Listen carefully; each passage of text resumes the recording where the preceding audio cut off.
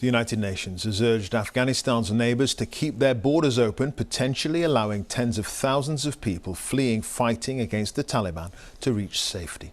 Aid agencies are warning of a humanitarian catastrophe as the militants continue their lightning advance across the country. Latest reports suggest they now control another provincial capital, Pali Alam, just 45 miles south of the capital, Kabul, from where our correspondent Yogita Lamai joins us now. Yogita. In just a few days, we've seen the conversation in this city change from being about whether Kabul would fall to how quickly it would happen. People are looking towards their government for direction, and so far we haven't heard from President Ashraf Ghani. The longer he remains silent, the more speculation and rumours there are, given just how vulnerable a position his government is in because of the advance of the Taliban, especially since the start of Thursday.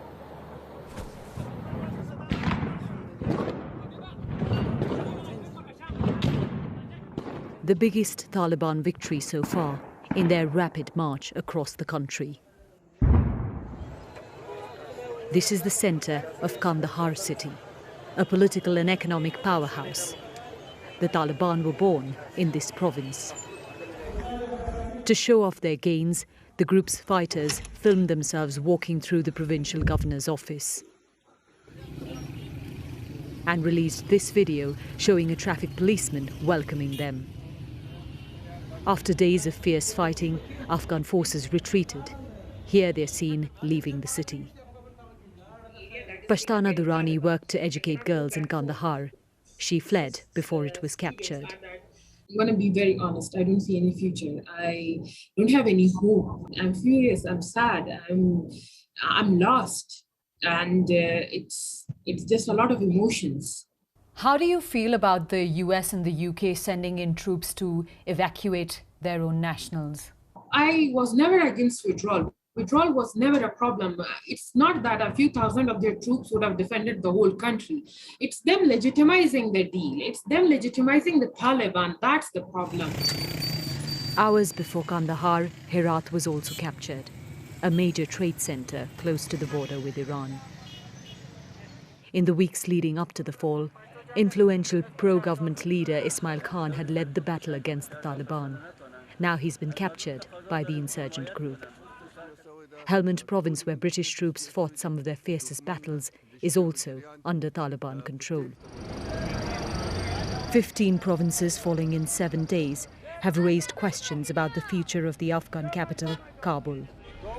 What's happened here in just the span of a week has taken people here, the government and its international partners by surprise. Those who have the means are trying to get out of this country. Flights from Kabul are completely booked. But for a majority of the population, they're waiting to see how things will unfold with a mixture of fear, anger and resignation. Many believe the government has let them down.